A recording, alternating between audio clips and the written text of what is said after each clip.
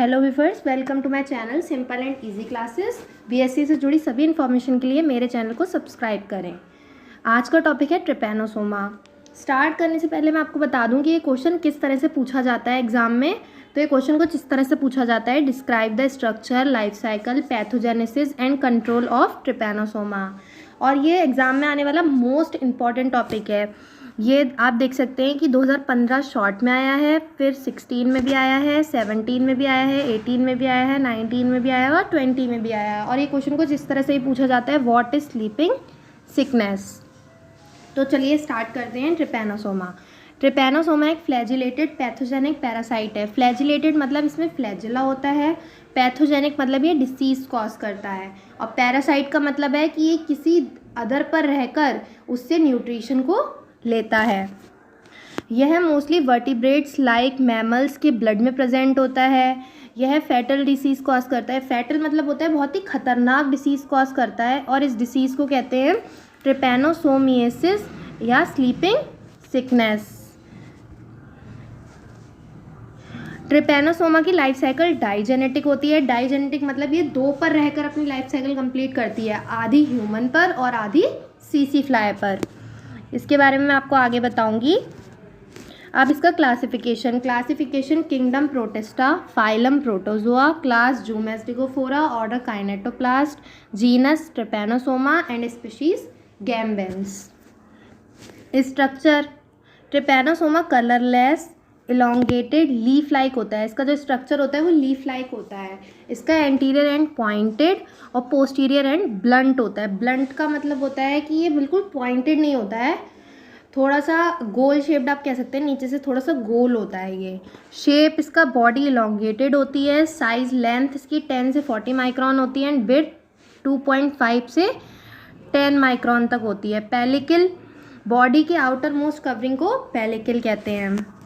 Flagella, Trypanosoma में एक long flagella होता है जो काइनेटोप्लास्ट से अराइज होता है, और काइनेटोप्लास्ट बॉडी के एंड पार्ट पर सिचुएटेड रहता है।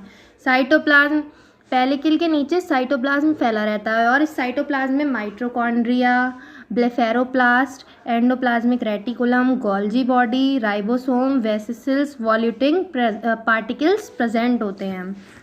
अब इसका स्ट्रक्चर कैसा होता है, तो ये इसका स्ट्रक्चर है जिसमें मैंने आपको बताया था कि इसमें एक तो एक्टोप्लाज्म होता है, बाहर वाले एरिया को एक्टोप्लाज्म कहते हैं।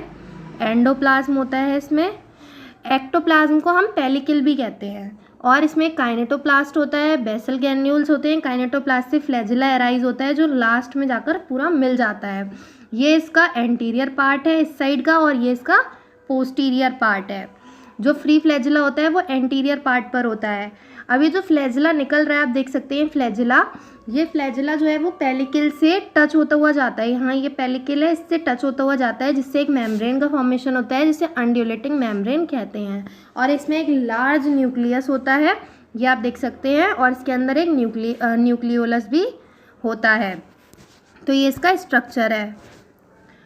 न्यूक्लियस, इसमें लार्ज ओवल न्यूक्लियस होता है। फिर लाइफ साइकिल है इसकी। ट्रिपैनोसोमा की लाइफ साइकिल डाइजेनेटिक होती है। डाइजेनेटिक मतलब दो होस्ट होते हैं इसके। प्राइमरी होस्ट का होता है ह्यूमन, और इसका जो सेकेंडरी या इंटरमीडिएट होस्ट होता है वो सीसी फ्लाई होती है। जब ये सीसी फ्लाई किसी हेल्दी ह्यूमन को काटती है तो ये इन्फेक्टिव मेटासाइक्लिक स्टेज सीसी फ्लाई के स्लाइवरी ग्लैंड से, जो इसके स्लाइवरी ग्लैंड में मेटासाइक्लिक स्टेज होती है, वो जो होती है वो ह्यूमन में ट्रांसफ़र हो जाती है। और ह्यूमन में ट्रांसफ़र होने के बाद ये मल्टीप्लिकेशन करती है। ह्यूमन के ब्लड में जो प्लाज्मा होता है उसमें ये पैरासाइट लॉन्गिट्यूडनल बाइनरी फिशन करता है। उसके बाद मेटामॉर्फोसिस होती है। मेटामॉर्फोसिस का मतलब है ये अपना शेप, साइज़, इन सबको चेंज करती है। तो ये कैसे चेंज करती है, जब ब्लड में शुगर अमाउंट लो हो जाता है और ग्लाइकोलाइसिस होती है, तो ग्लाइकोलाइसिस का रेट लो हो जाता है। जब ग्लाइकोलाइसिस होती है तो शुगर का रेट जो होता है वो लो हो जाता है, तो मल्टीप्लिकेशन रुक जाता है तथा पैरासाइट नॉन फ्लैजिलेटेड स्टम्पी फॉर्म में चेंज हो जाता है। फिर ट्रांसफ़र इनटू सीसी फ्लाई। अब यहाँ पर तो ये जो है स्टम्पी फॉर्म में चेंज हो गया है, यहाँ तक बस ह्यूमन में इतनी ही इसकी लाइफ साइकिल होती है। उसके बाद जब सीसी फ्लाई किसी इन्फेक्टिव पर्सन को काटती है तो ये जो स्टेज होती है स्टम्पी फॉर्म वो सीसी फ्लाई में चली जाती है। सीसी फ्लाई के अंदर जाने के बाद ये जो स्टम्पी फॉर्म होती है ये सीसी फ्लाई के स्टमक में जाकर बाइनरी फिशन करने लगती है। फिर से ये बाइनरी फिशन करती है। बाइनरी फिशन करके ये फ्लाई की ईसोफेगस तथा माउथ पार्ट से होकर दोबारा से सलाइवरी ग्लैंड में आ जाती है। फिर से सलाइवरी ग्लैंड में आ जाती है तथा मेटासाइक्लिक स्टेज में चेंज हो जाती है। मेटासाइक्लिक स्टेज में ये चेंज हो जाती है।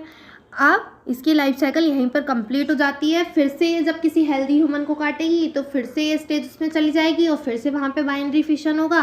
उसके बाद वहाँ पे ग्लाइकोलाइसिस की प्रोसेस होगी, फिर से वो स्टम्पी फॉर्म में चेंज होगा। फिर से सीसी फ्लाई आकर काटेगी, वो स्टम्पी फॉर्म उसमें चली जाएगी। उसके बाद फिर से वो बाइनरी फिशन करेगी और फिर से मेटासाइक्लिक स्टेज बनाएगी। फिर है पैथोलॉजी। इसके इन्फेक्शन से फॉलोइंग सिम्टम्स दिखाई देते हैं: irregular repeating fever, weakness, appetite, anaemia, high pulse rate और हेडेक। अब मैं आपको इसकी लाइफ साइकिल दिखाती हूँ। इसकी लाइफ साइकिल कुछ इस तरह की दिखाई देती है। देखिए स्टार्ट कहाँ से होती है, बहुत ध्यान से देखिएगा। यहाँ से ये है सीसी फ्लाई। ये सीसी फ्लाई ने आकर ये हेल्दी पर्सन को यहाँ पे काटा, ये काट दिया। काटने के बाद क्या हुआ, जो मेटासाइक्लिक स्टेज थी मैंने आपको बताया था, वो ट्राइपेमेस्टिगोट जो थी वो पेनिट्रेट कर देती है और पेनिट्रेट करके कुछ सेल्स को डैमेज कर देती है और ये जो होती है ये ह्यूमन के अंदर चली जाती है मेटासाइक्लिक स्टेज। मेटासाइक्लिक स्टेज जब ये अंदर चली जाती है तो यहाँ पर जाकर ये बाइनरी फिशन करती है। जब ये यहाँ पे बाइनरी फिशन करती है तो बाइनरी फिशन करने के बाद ये दोबारा से ट्राइपेमेस्टिगोट में मतलब स्टम्पी फॉर्म में चेंज हो जाती है। यहाँ पर स्टम्पी फॉर्म में चेंज होने के बाद फिर दोबारा से एक सीसी फ्लाई आती है, वो दोबारा से किसी ह्यूमन को इन्फेक्टेड ह्यूमन को काटती है। उसके बाद ये जो स्टम्पी स्टेज होती है ट्राइटोमिक बर्ड के अंदर या फिर सीसी फ्लाई के अंदर चली जाती है। सीसी फ्लाई के अंदर जाने के बाद ये दोबारा से जो होती है ये मिड गट में होती है और दोबारा से लॉन्गिट्यूडनल बाइनरी फिशन करती है। यहाँ आप देख सकते हैं मल्टीप्लाई कर रही है और फिर से मैंने आपको बताया कि स्टमक और आपके उसमें चली जाती है, माउथ से होकर सलाइवरी ग्लैंड्स में चली जाती है, मतलब हिंड गट में चली जाती है और फिर से मेटासाइक्लिक स्टेज बनाती है। अब जब ये दोबारा किसी हेल्दी ह्यूमन को काटेगी तो फिर से ये साइकिल आपकी स्टार्ट हो जाएगी।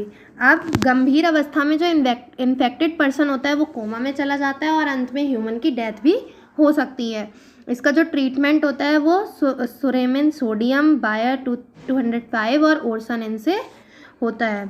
अगर आपको मेरी वीडियो पसंद आई हो तो मेरे चैनल को सब्सक्राइब करें और वीडियो को लाइक करें। Thank you.